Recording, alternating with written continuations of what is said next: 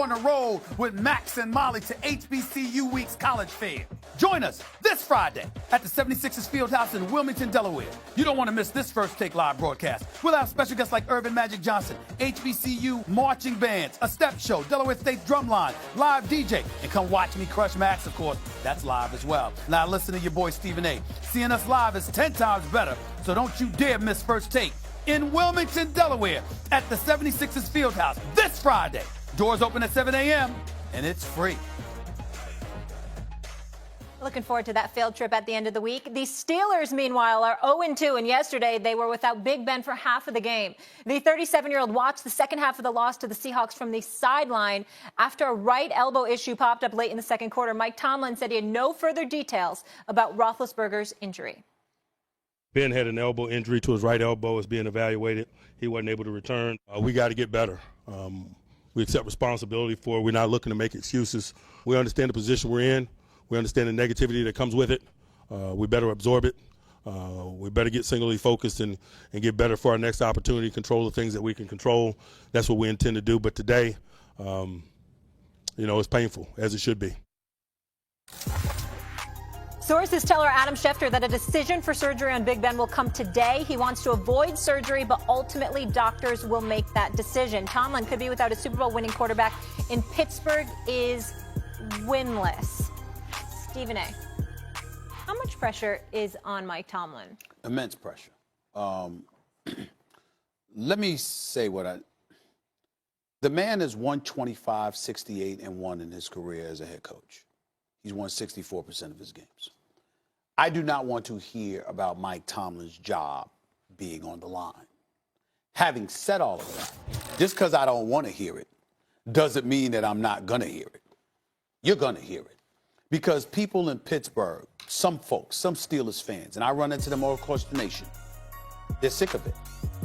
And one of the things that I'm big on, as much as I support this man, what is indefensible is that year after year after year, his defense is a question mark, particularly with his secondary.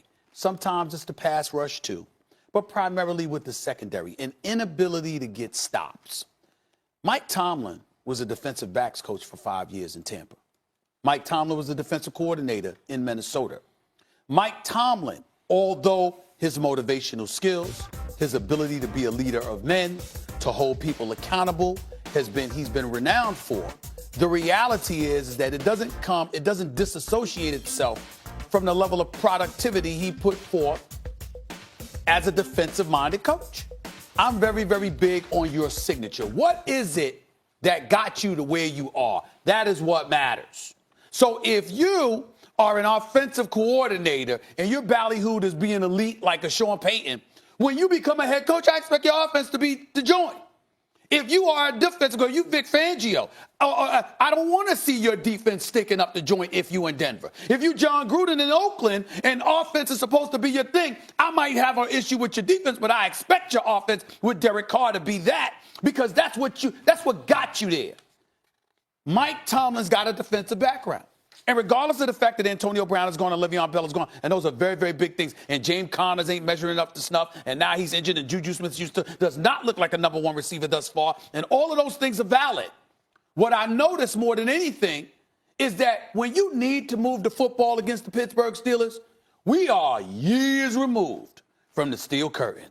My God, Steeler fans like myself crave for it.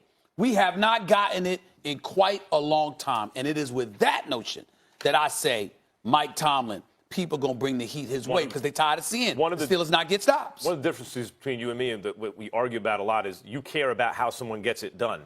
I don't you care about accuracy if it's a quarterback. You care about person doing the thing that you feel is their identity. I couldn't care less. Just get it done. By hook or by crook, get it done. And the thing about Mike Tomlin is, we were talking last segment, is Sean Payton the top 5 coach? You said everyone would have to agree. I do agree. Belichick is in a class by himself. And the other 4 guys who are there based on longevity and excellence and changing with the times and success and all that are Tomlin, Pete Carroll, Sean Payton. I'd say Andy Reid, even though he hasn't won a Super Bowl. Tomlin is a top 5 NFL coach, period. He's never had a losing season. So how much pressure is on him after the 0-2 start?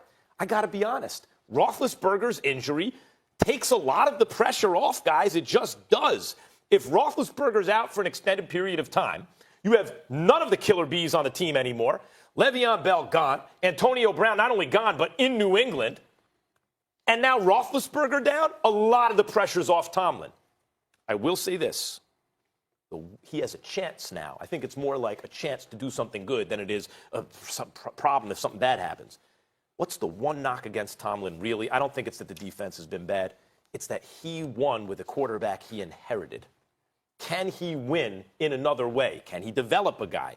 Can he steer Mason Rudolph in such a way that the Steelers, they don't have to even go to the playoffs. Can they be 8-8? Can they avoid a losing season for the first time in Tomlin's head coaching career? There is a chance here for Tomlin to prove something that he hasn't been able to prove so far. He inherited a team and just kept it going. No. Can you do it without Big Ben? But I don't think now the pressure is so much on him. He doesn't have his quarterback. You're wrong, Max. You're wrong. Here's why. First of all, you said that Mike Tomlin's a top 5 coach. If we're talking a top 5 coach, okay, coaching matters more so in the National Football League than any other sports league. I think we all can agree upon that.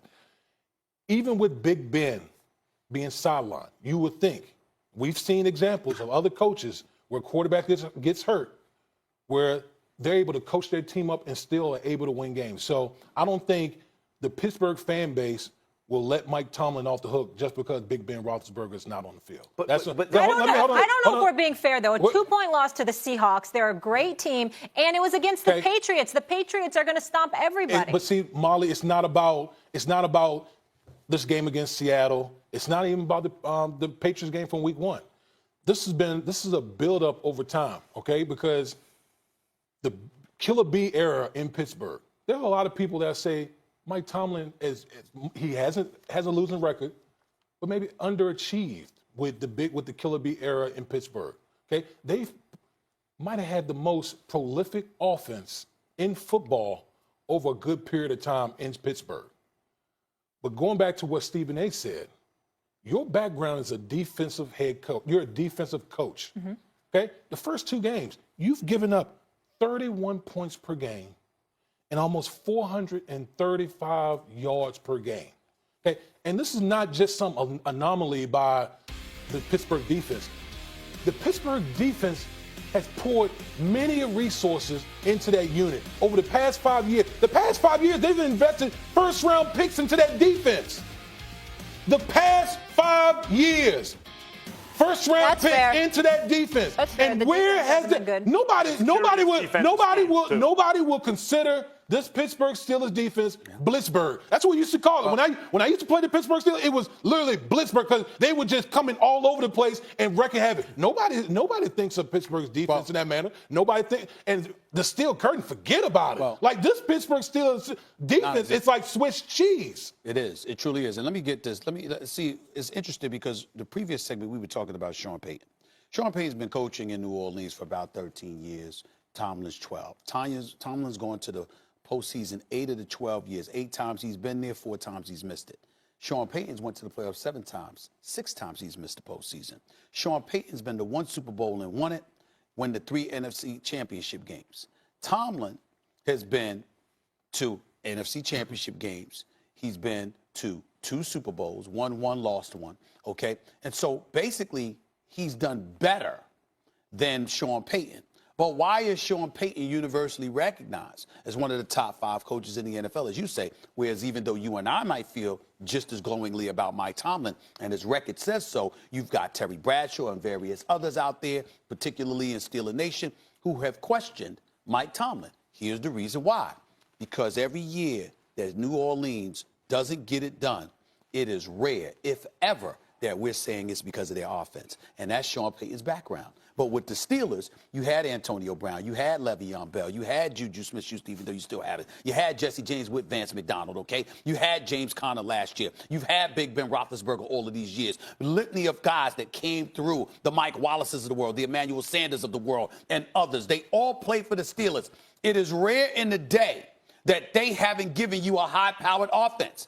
But their defense was the question mark. And oh, by the way, what made the Steelers one of those renowned franchises for so many years? It was the steel curtain. It wasn't it's Bradshaw, Stallworth, Swan, Franco Harrison, all these guys. As much as you love that, the bottom line is that steel curtain with me, Joe Green, and the L.C. Greenwood, Jack Lambert, Jack Ham, and those boys from back in the day. Steelers lore is associated with great defense, and that is something that we have not been able to say for them in quite a long time. Look, first of all, I agree with the idea that a lot of it is not even talent on the defense. It's defensive schemes where you go, what? Why is a linebacker on that guy? And that's coaching. I agree with that. But it seems to me that your argument is really that's why he's underrated. In other words, Brian Billick. Why who's underrated? Why Tomlin's underrated. Okay. Because people are expecting defense given his background, and then they see great offense. To me, I give a guy credit because he looks at what he has and goes, okay, this is what we can do with that. Brian Billick, when he was with Baltimore, right? Head coach, what was his background?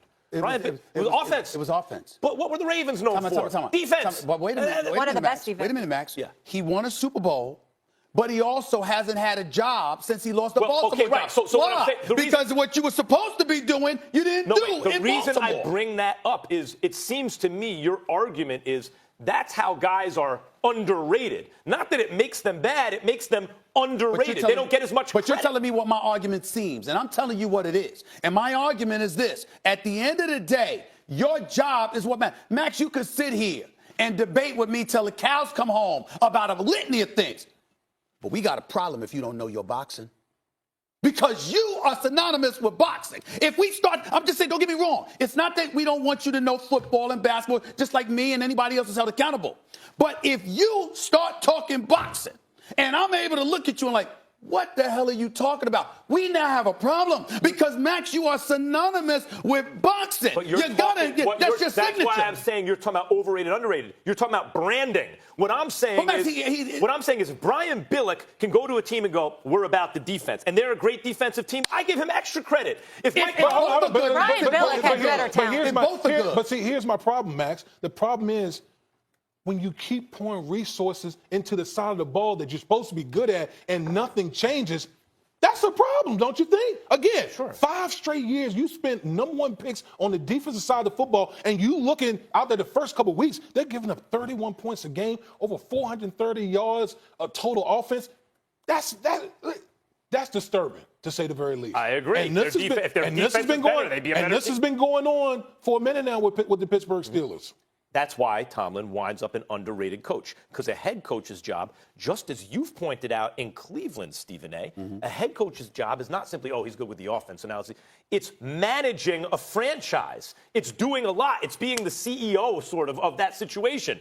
Tomlin has done that more successfully than anyone in the NFL except for Bill Belichick. To make the point that Damien's made, since 2013, Steelers drafted Jarvis Jones, 2013, linebacker. Ryan Shazier, 2014, linebacker. Bud Dupree, linebacker. Ryan Shazier, that was a huge hit for them. Artie Burns, 2016, cornerback. T.J. Watt, linebacker, 2017. Terrell Edmonds, 2018, safety. Devin Bush Jr., linebacker, Michigan. Since 2013, 1, 2, 3, 4, 5, 6, 7 first-round picks of the Steelers. All defensive But that's players. 2 different issues. Is it that he can't coach the defense, or is it that he's a bad evaluator of talent? Well, I don't know. Well, first of all, I'm not going to put that on him because Keith Butler and the staff got something to do with that upper management. But in the end, what it comes down to is this. It's not that your offense can't be great. It's that your defense, if that's your signature, we're not supposed to be complaining about it year after year after year. It's supposed to be. He doesn't have his quarterback. If he goes 8-8 without Roethlisberger, he did a phenomenal job. Oh, fine. And I'm saying the Steelers' defense needs to be better. This is the famous for the steel curtain. That defense should not be proud of themselves. Period. Period. From a Steelers fan. That's right. Getting mad about it. That's right. All fired up. Hey, you know where you guys are headed next? 2-0 San Francisco facing Jimmy G. That is next week. And then you have the Chargers and Ravens in the near future. And I have something I have to say about Tim Tebow. You. I have to say something about Tim Tebow? We'll wait till we come back. Oh, okay. All right. Hey, Tim.